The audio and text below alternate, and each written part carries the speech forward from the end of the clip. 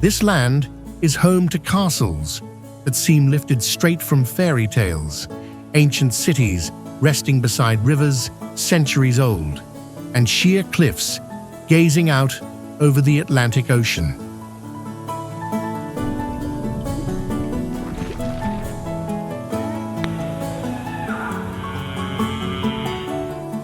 This is Portugal, one of the smallest nations in Western Europe.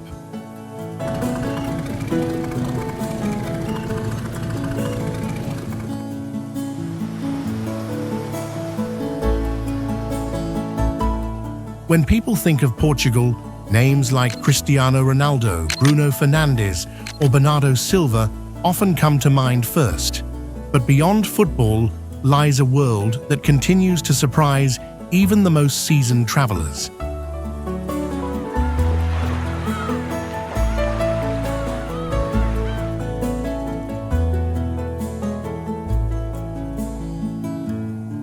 Here, colorful palaces crown mountain peaks rising above forests wrapped in mist year-round.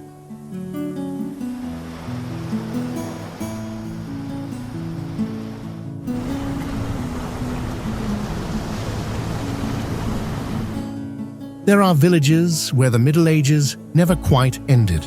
There are valleys where generations of people transformed entire hillsides into sweeping terrace slopes just to grow grapes. There are waves so massive they tower as tall as multi-story buildings, hurling themselves against the coastline with terrifying force. And there are snow-dusted mountain ranges that feel worlds away from the sun-drenched beaches most people picture when they think of Portugal.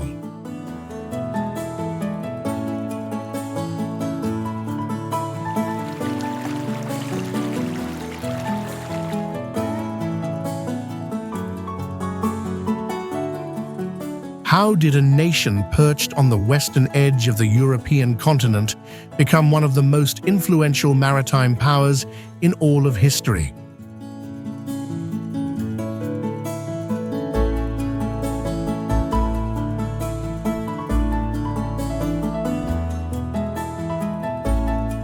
From Lisbon, the city of explorers, to the most enchanting fairy tale landscape in the country, Sintra.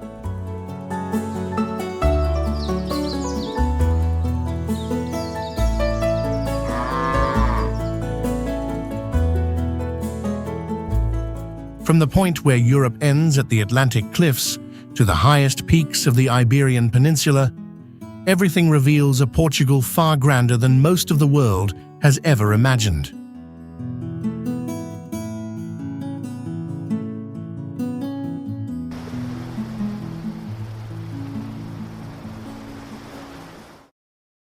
If any city has helped redraw the map of the world, it is Lisbon.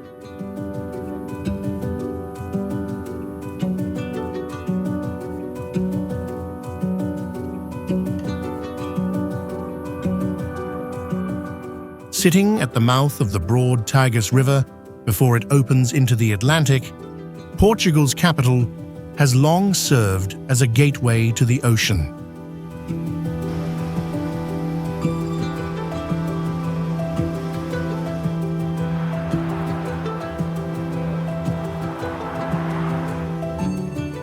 Covering roughly 39 square miles and home to more than 500,000 people, Lisbon is today one of the sunniest capitals in Europe, basking in over 2,800 hours of sunlight each year.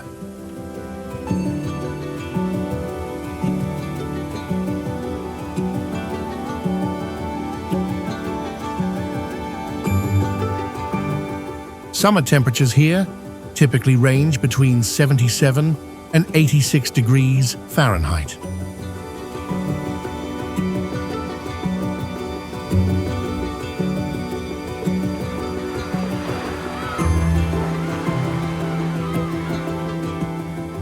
But what makes this city truly remarkable has nothing to do with its pleasant climate or its cobblestone streets.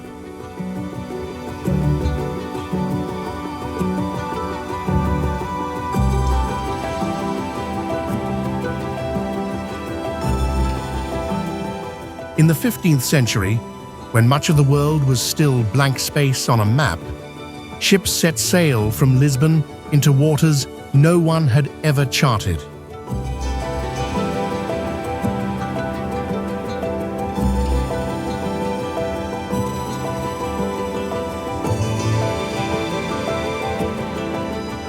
From this port, Portuguese explorers opened sea routes connecting Europe to Africa, Asia, and South America.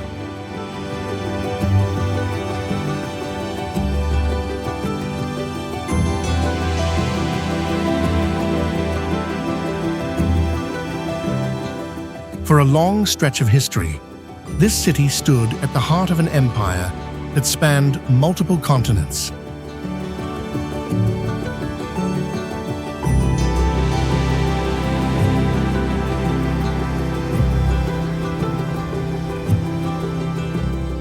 Today, the echoes of that era are visible across every corner of the city.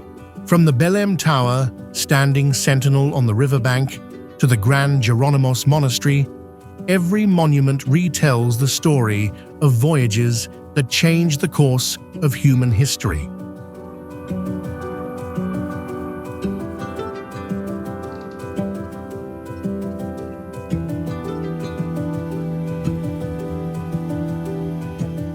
And amid the yellow trams slowly climbing the steep hillside streets, Lisbon still carries the feeling of a city living alongside its own magnificent past.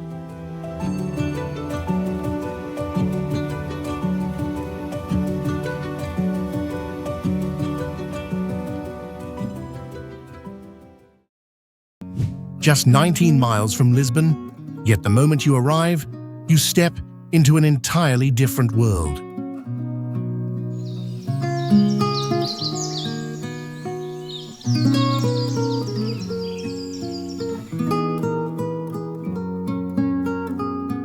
That world is Sintra, a place nestled among green rolling hills and forests almost perpetually veiled in Atlantic mist.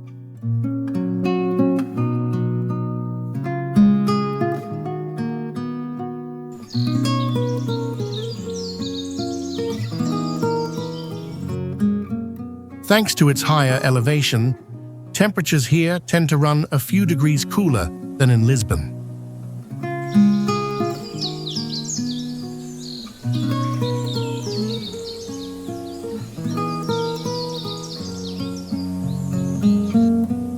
Most striking of all is the Palace of Pina, a burst of color sitting atop a peak nearly 1,640 feet above sea level.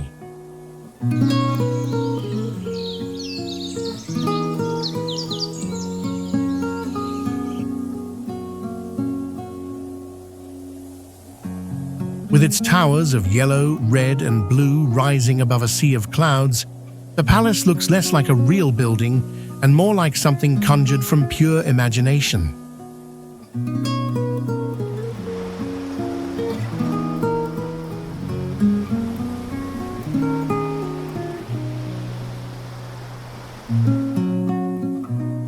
But Sintra's appeal goes beyond fairy tale beauty. Hidden deeper within its ancient forests lies Quinta da Regaleira, an estate wrapped in mystery.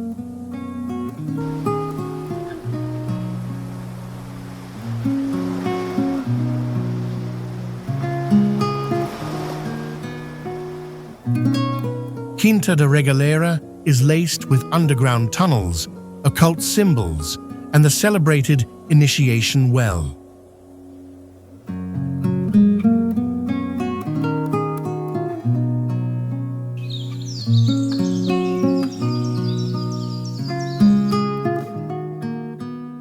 Descending roughly 89 feet into the earth, this structure has long fueled countless theories about secret rituals, alchemy, and the clandestine brotherhoods that once operated across Europe.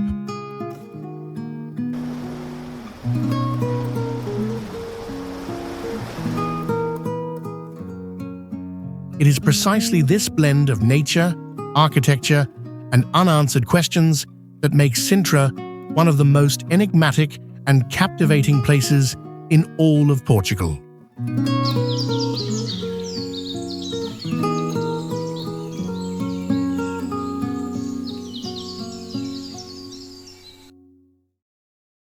Some places in the world are more than geographic coordinates. They carry the weight of a symbol. Cabo da Roca is one such place.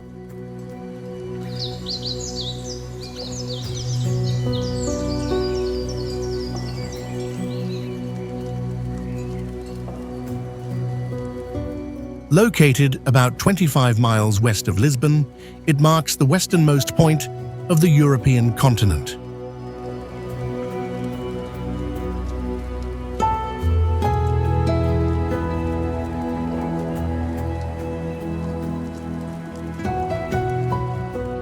At Cabo da Roca, the land comes to an abrupt end. Cliffs nearly 460 feet high drop straight down into the churning Atlantic below.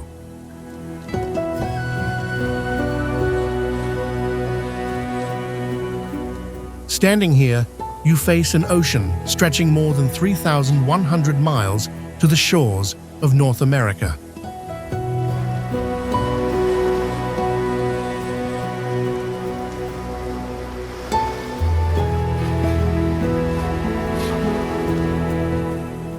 No large island breaks the view, no clear horizon line defines the distance, only water, wind, and an overwhelming sense of infinity. It is no wonder that ancient Romans once believed this was where the world came to an end.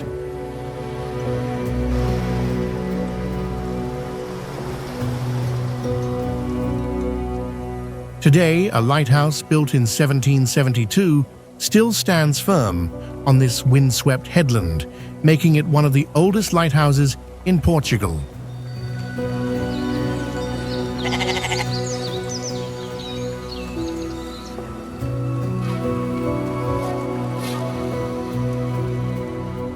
But what makes Cabo da Roca truly special is not any structure built by human hands. Its greatest gift is the feeling of standing at the boundary between the known world and everything still waiting to be discovered.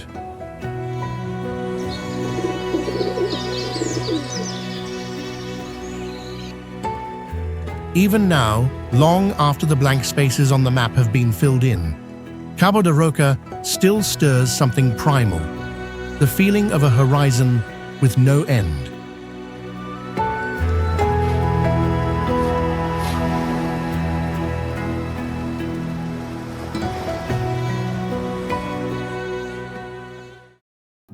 If Lisbon is Portugal's political heart, then Porto is the economic soul that helped propel the nation onto the world stage.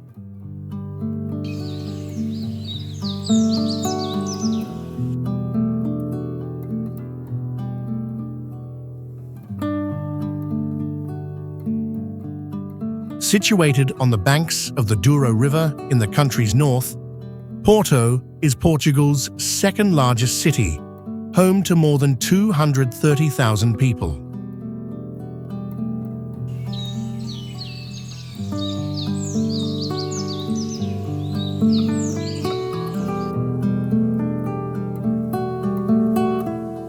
But behind those numbers lies a history stretching back over 2,000 years, built on trade, seafaring, and a drink that has become a global icon.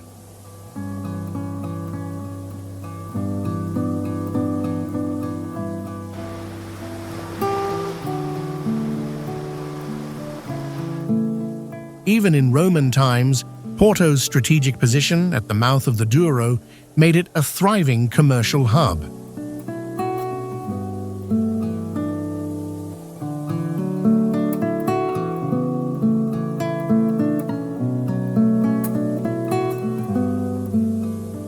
Over the centuries, merchant ships docked here continuously, bringing goods from across Europe and carrying Portugal's finest exports out into the world.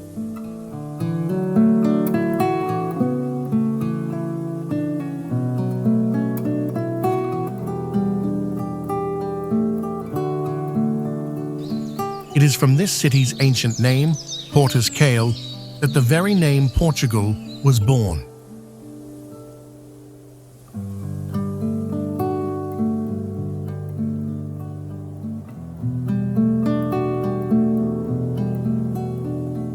Yet what Porto is most celebrated for lies within its ancient stone wine cellars stretching along the riverbank, the home of port wine, the drink that carried the city's name far beyond national borders.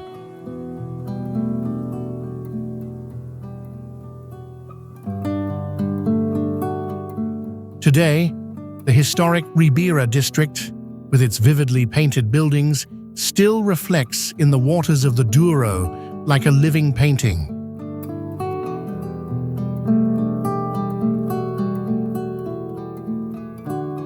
As evening light fades and the iron bridges begin to glow, Porto reveals itself as a perfect union of history, commerce, and timeless beauty.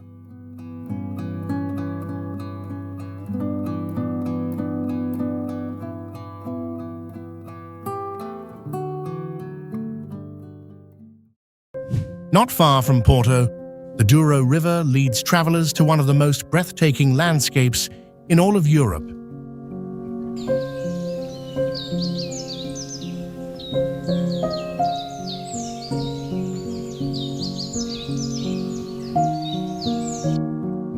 This is not a place celebrated for grand castles or bustling ancient cities.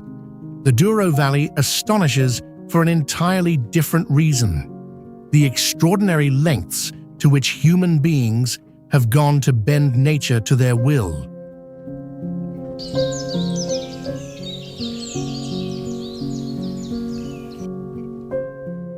Stretching more than 62 miles along the river, this region is a UNESCO World Heritage Site and one of the oldest officially demarcated wine regions on Earth, designated as far back as 1756.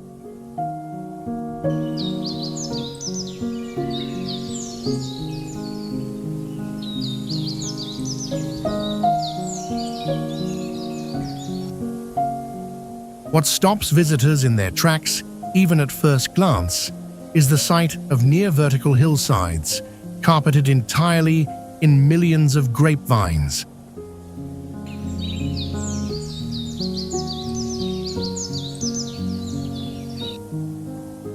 For more than 2,000 years, countless generations of local people painstakingly carved through rock, built retaining walls, and fashioned seemingly endless terraces across terrain that should have been impossible to farm.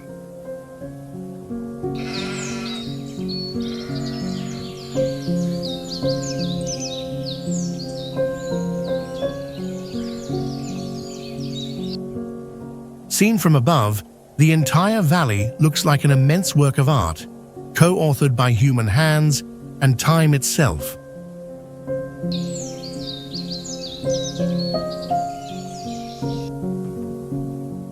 Summers here are hot and dry, with temperatures often surpassing 95 degrees Fahrenheit, while winters are considerably colder than along the coast.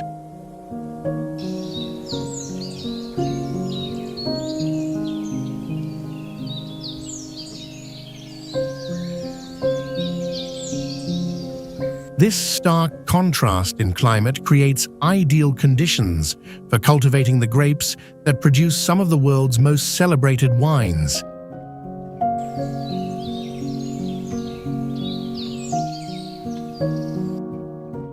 When the last light of day turns the hillsides gold and the Douro River winds quietly between rocky slopes, this place offers the rare feeling of witnessing centuries of labor preserved intact.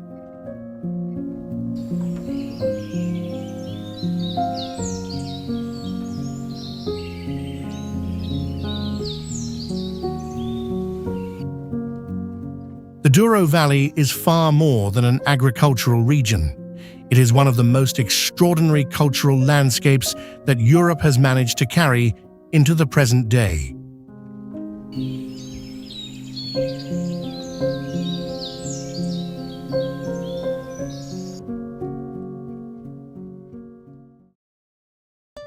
There are places where people come to admire the beauty of the ocean, But at Nazaré, they come to witness its raw and terrifying power.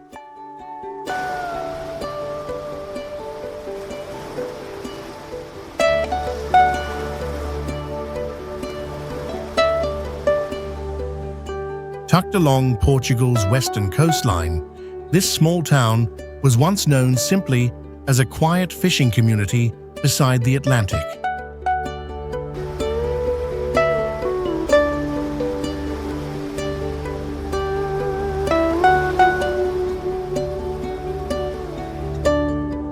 Today, however, Nazaré has become one of the most famous destinations on Earth for those who chase the world's biggest waves.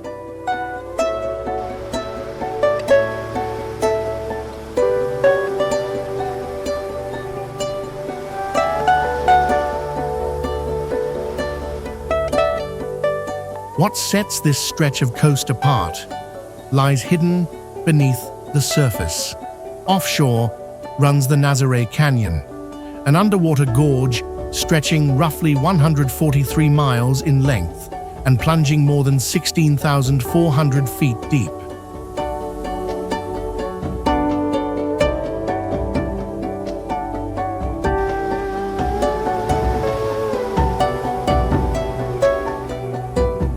When storms rolling in from the North Atlantic push enormous bodies of water towards shore, this unique underwater geography acts like a natural funnel, concentrating the energy of the waves into a single point.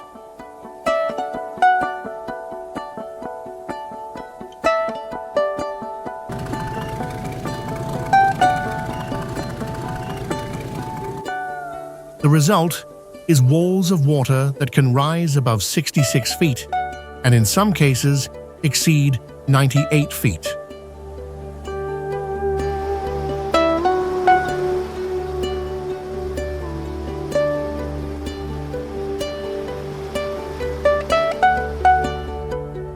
To put that in perspective, that height is equivalent to a building of 8 to 10 floors. When those towering walls of water finally crash ashore, the sound they produce is like continuous, rolling thunder.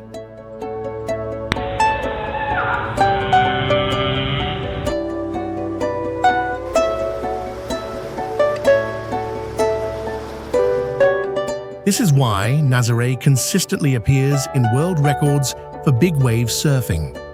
The world's elite surfers have come here to face one of the most dangerous challenges nature can produce.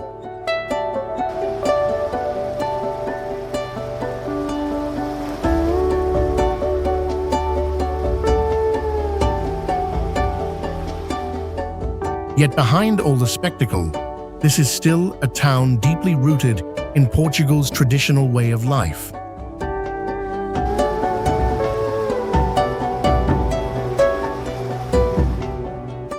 Brightly painted fishing boats, narrow coastal streets, and the unhurried rhythms of local daily life create a striking contrast with the ocean's raw fury just steps away.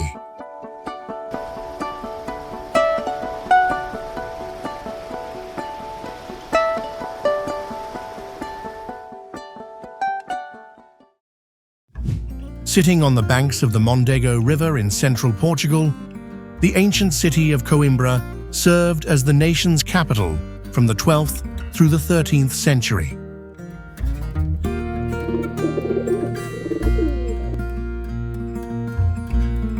But what has made Coimbra famous across the centuries is not political power, it is the city's role as one of Europe's foremost centers of learning.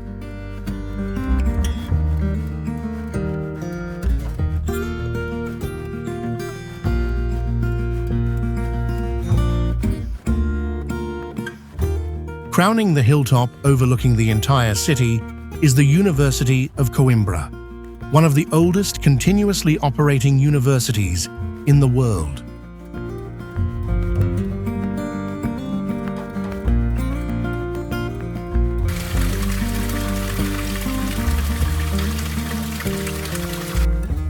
Founded in 1290, this institution has endured for more than 730 years, older than many modern nations that exist today.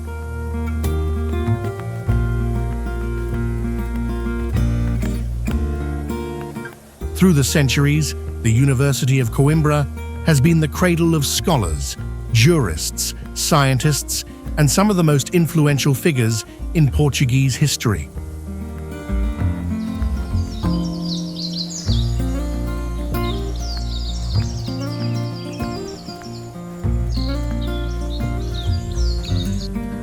At the heart of the university is the Joanina Library, widely regarded as one of the most beautiful libraries on the planet.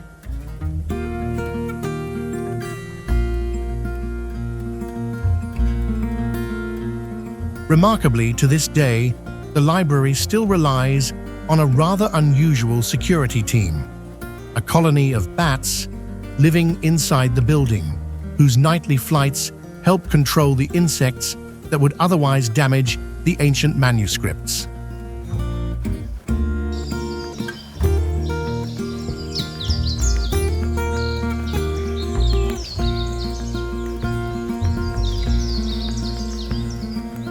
Unlike other lively tourist cities, Coimbra carries a quieter, more contemplative atmosphere.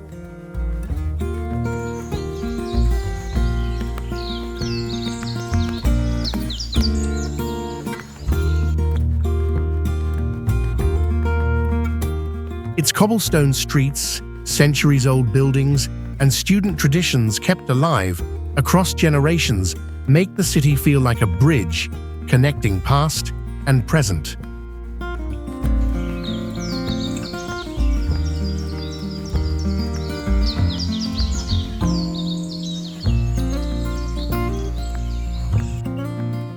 Coimbra is not merely a university city. It is the custodian of one of Europe's most enduring and precious intellectual legacies.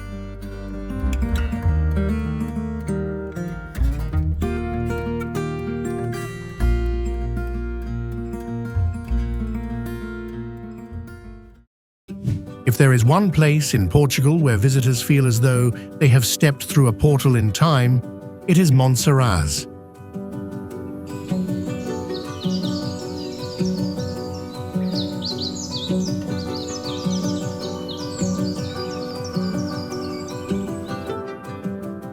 Perched on a hilltop in the Alentejo region near the Spanish border, this tiny village seems to have slipped the grasp of the modern world entirely.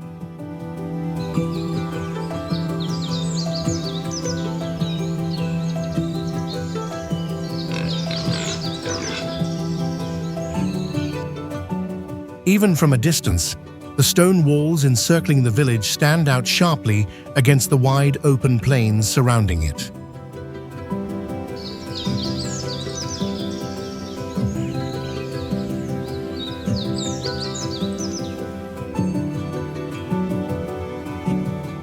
The history of Monsaraz can be traced back to prehistoric times, though the face visitors see today was largely shaped during the Middle Ages.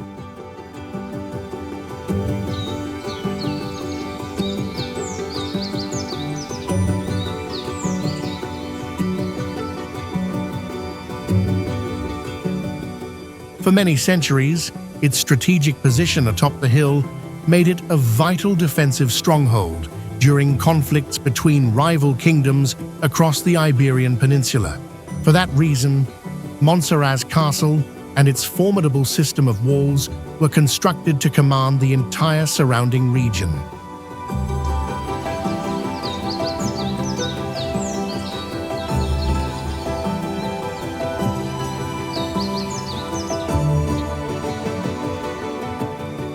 Inside those stone walls lies a labyrinth of narrow cobblestone lanes, traditional whitewashed houses, and small squares that have barely changed with the passing of centuries.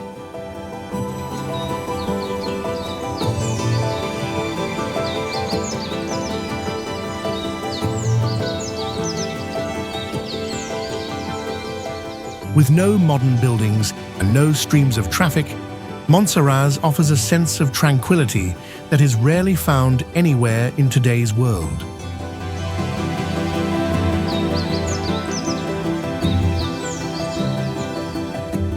From the top of the castle walls, the view opens out onto Lake Alquiva, the largest man-made reservoir in Western Europe, covering more than 97 square miles of water.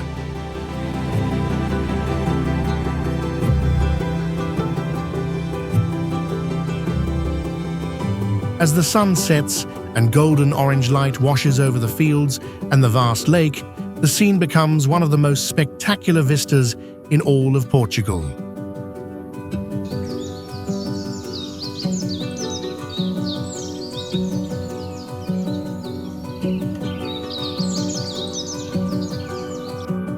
But even more extraordinary is what happens after darkness falls.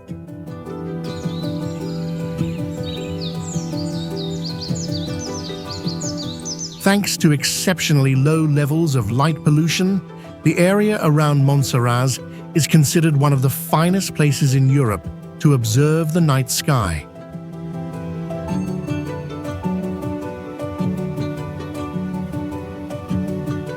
This is a place where history and nature combine to create the sensation of standing between two worlds, one belonging to the past and one belonging to the vast universe overhead.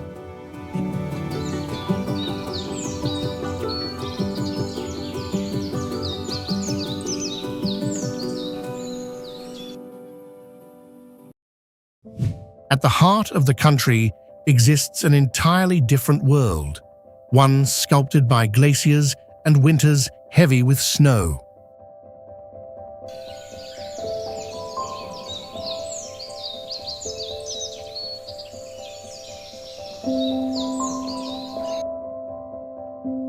That world is Serra da Estrela, the largest and highest mountain range on the Portuguese mainland.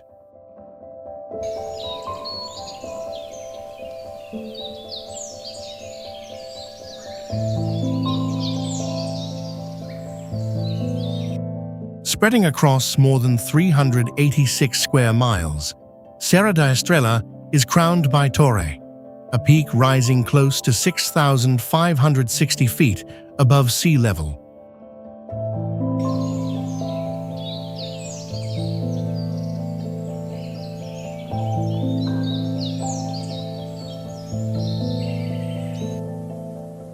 This is the highest point in the country and one of the very few areas in Portugal where snowfall is a regular winter occurrence.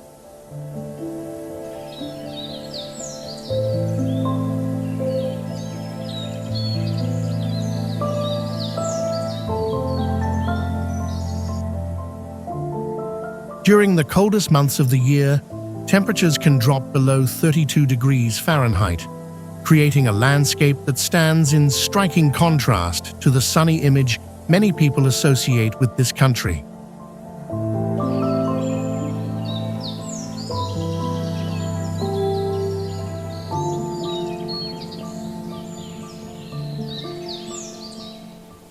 But what makes Serra da Estrela remarkable goes well beyond its altitude. Tens of thousands of years ago, massive glaciers covered this region, leaving behind U-shaped valleys, mountain lakes, and enormous boulders worn into strange and striking forms.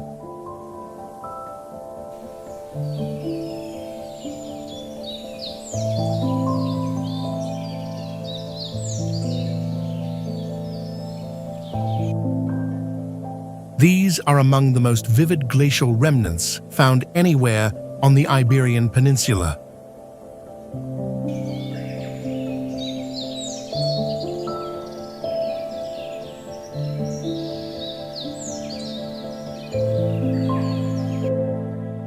Viewed from above, the terrain resembles a canvas shaped by both fire and ice, ancient peaks set against broad green valleys rolling toward the horizon.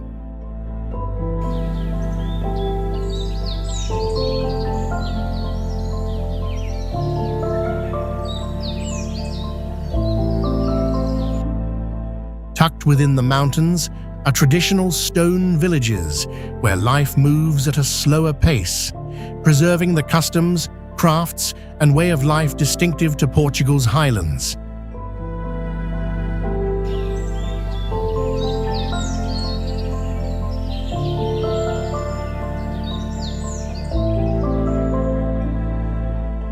This region is also renowned as the home of Serra da Estrela cheese, one of the oldest and most highly regarded cheeses in the country. Serra da Estrela reveals an entirely different face of Portugal, wild, majestic, and full of surprises.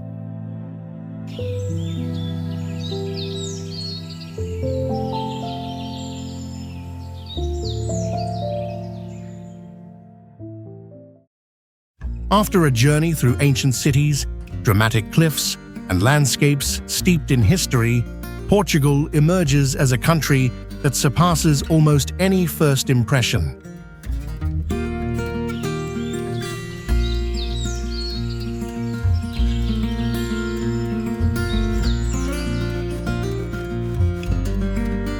This is not simply the home of football legends or famous Atlantic beaches. This is the land where explorers once gazed toward the horizon and chose to sail into waters no one had ever crossed.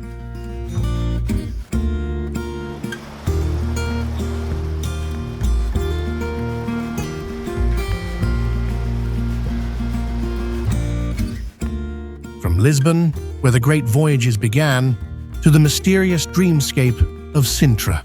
From Porto, on the storied Douro River, to the commanding peaks of Serra da Estrela and the ancient ramparts of Monsaraz.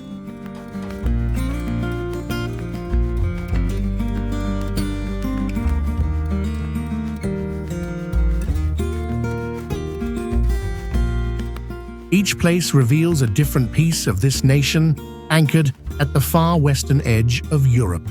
And when all those pieces come together, they tell the story of a small country that once left an indelible mark on the history of the world. Perhaps that is precisely what makes Portugal one of the most extraordinary destinations on Earth. If you love journeys like this one, don't forget to subscribe so you can join us as we continue exploring more remarkable corners of our planet in the episodes ahead.